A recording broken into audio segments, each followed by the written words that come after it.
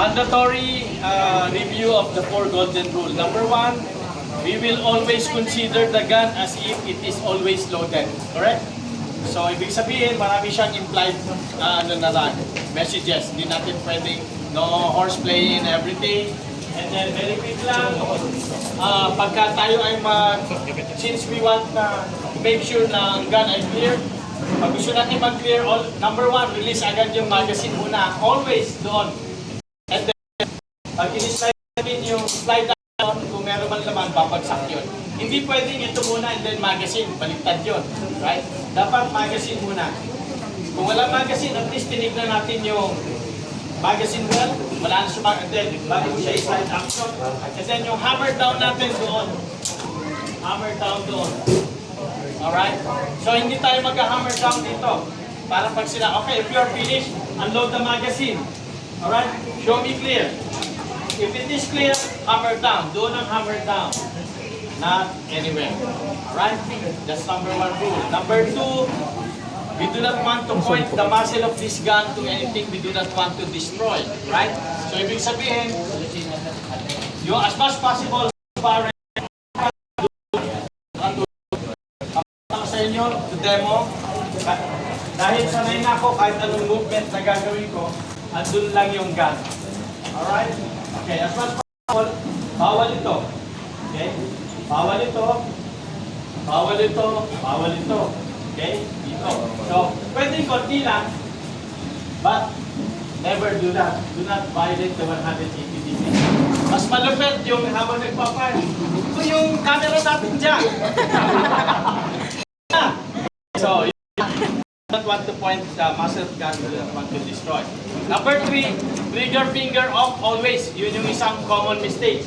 Kasi pag hindi ka natin ito na-discuss, every time mahawak tayo ng gun, nandun na kagad yung trigger finger natin. Look, di ba? Huwag ganon.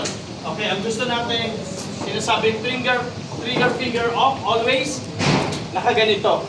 Actually, okay rin naman to na trigger finger off. But I recommend this one.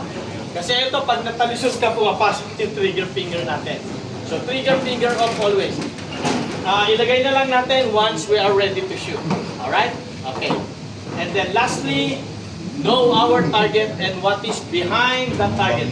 Kasi sometimes, may nagpa-patch doon sa target. Yung focus mo nandun sa target, hindi natin alam yung tao pala doon. So for that matter, sometimes, may magpipintura dyan, may maglalagay ng tape, pag narinig niyo yung downrange, downrange! Kung ano man yung ginagawa natin, huwag kayong hawak ng gun. If you have a holster, holster. Kung may table, table lang. Alright?